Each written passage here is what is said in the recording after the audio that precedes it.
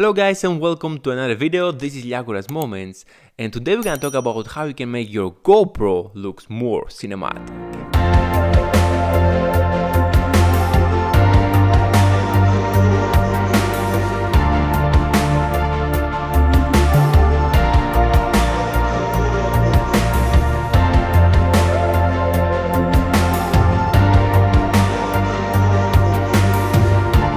The footage that you just saw was recorded on this GoPro.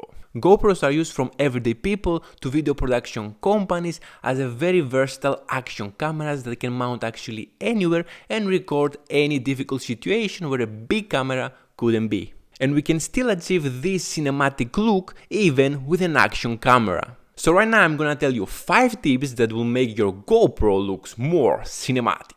On this video I'm gonna be using the GoPro Hero 6, but these tips can be applied to any camera. Okay, so let's start. First thing, you need to go to the settings, and the most important thing in order for you to achieve that cinematic look is to set high frames per second. If you're working on 30 FPS timeline, 60 will be good, or even higher, like 120 FPS per second, so you can achieve that nice slow cinematic look when you're gonna slow down your footage. Let's watch this example. This is a clip at normal speed as it came from the camera. It's just going very fast, shaky, and nothing important.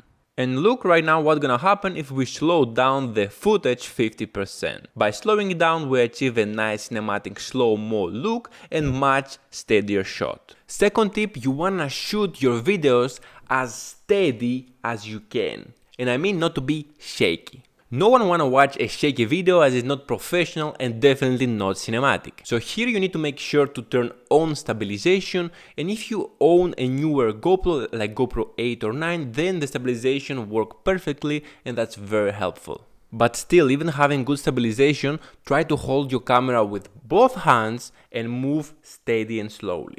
You need to think that this is a big production and treat it like a big camera, not just a GoPro, and this will help you mentally to achieve those cinematic shots.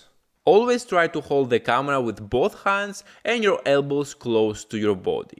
Move slowly and your shot will be good and steady. Third, try to always to apply movement, and combined with stabilization, it can feel very cinematic. Here it's up to you, just try to be creative. You can shot going forward, going backwards, you can go up, you can go down, left, right, actually right, left, sorry for you as opposite. And try to change angles from up, from down, near. Let's say I'm tapping this microphone, I'll make maybe a round like this, maybe I'll go down. Try to play with angles and be very creative, and that's gonna make many shots that will not be boring. Here is a small example that I took on a boring chapel, but with these nice shots and the different angles that I took, it became very nice and interesting.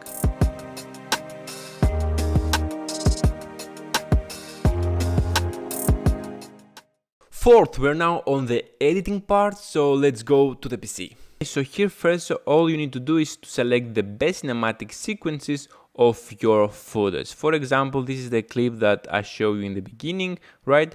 In order for me to select this clip, for example, this clip was around 14-15 seconds, and I select only 3 seconds, 2 seconds here.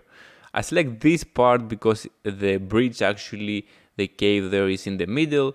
For example, this shot here is not so good comparing with this one, right? So this is what I'm saying, you need to select the best part of your footage. Let's go to another one. Here where is my friend is walking, this is like 23 seconds video.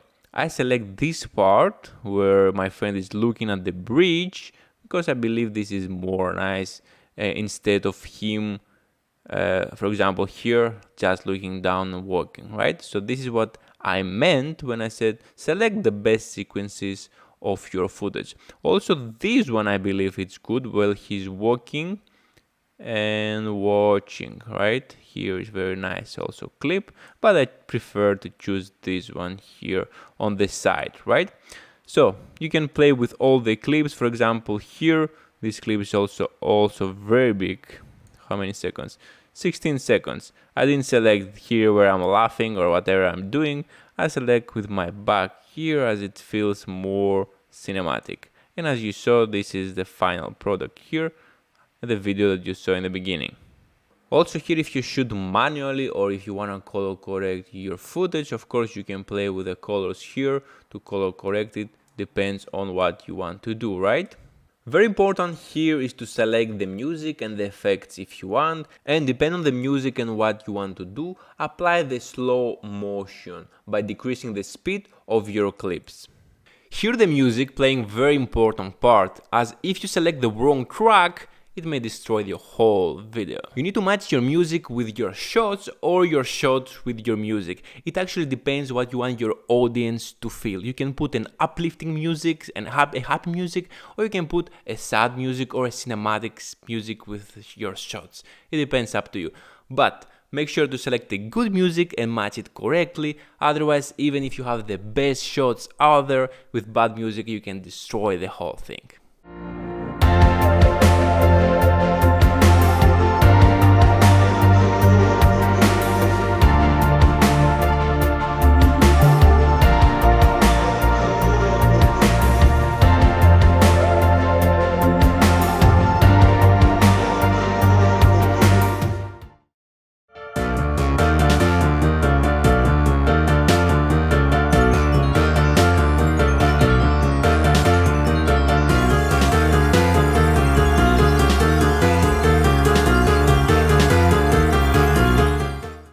Ugh, that was awful.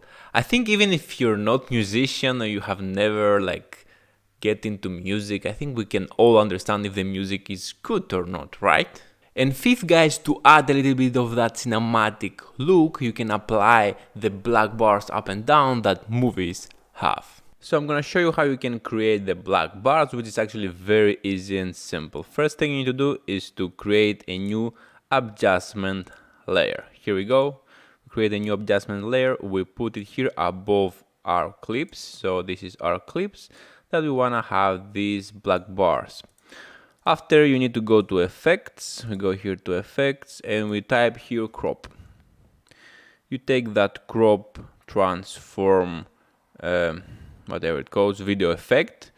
We drop it here on adjustment layer and we go here on effects. Here you go here with saying crop the effect.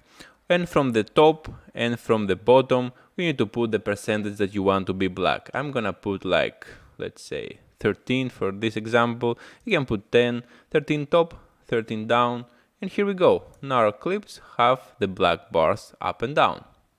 And an extra tip here, guys, you can actually use a 4K on the GoPros or even 5K with the newest models. So this one, even if you don't use a 4K or 5K timeline and use 1080, doesn't matter, you can use this footage and use it on your 1080 timeline, and you have actually here a lot of flexibility to scale in, to crop in inside your image without losing quality. That's very important. If you do some part of the image, you can just select one of the part that you want. So that's actually very useful. And also you can use the scale in, scale out effects. If your footage is just very steady without any movement, you can scale in or scale out, so you can create that movement on your footage with that 4K. At the end, using a better resolution in a lower timeline gives you a little bit more flexibility and control over your footage. Additionally, if you don't like that overexposed and oversaturated image that GoPro gives you in automatic mode, you can actually turn that off and turn on Pro Tune. This is manual settings that you can actually tweak every settings inside the GoPro and use it like a manual camera. So you can put the flat color, and that's gonna make it possible for you to color correct it after on the post. If you wanna see the video that I made using the manual settings on the GoPro, it's gonna be in the description below or somewhere here. One thing that I almost actually forget to say is actually about the field of view. It was kind of obvious for me, but don't use the super view if you want your shots look cinematic. The super view looks like a fisheye that can capture everything. It's good if you do some action sports when you put your camera on your head, on your chest to capture everything. But for cinematic shots, use linear, or if it's not available, use wide, because sometimes GoPro is not allowing you at 4K with high frames to use linear, so at least use wide. I'm using all the time linear as it's available at 1080. Alright guys, and I hope you enjoyed this video. If you did, don't forget to leave a like and subscribe for more videos like this. If you have any questions, let me know in the comment section below, and I'm gonna see you in the next one.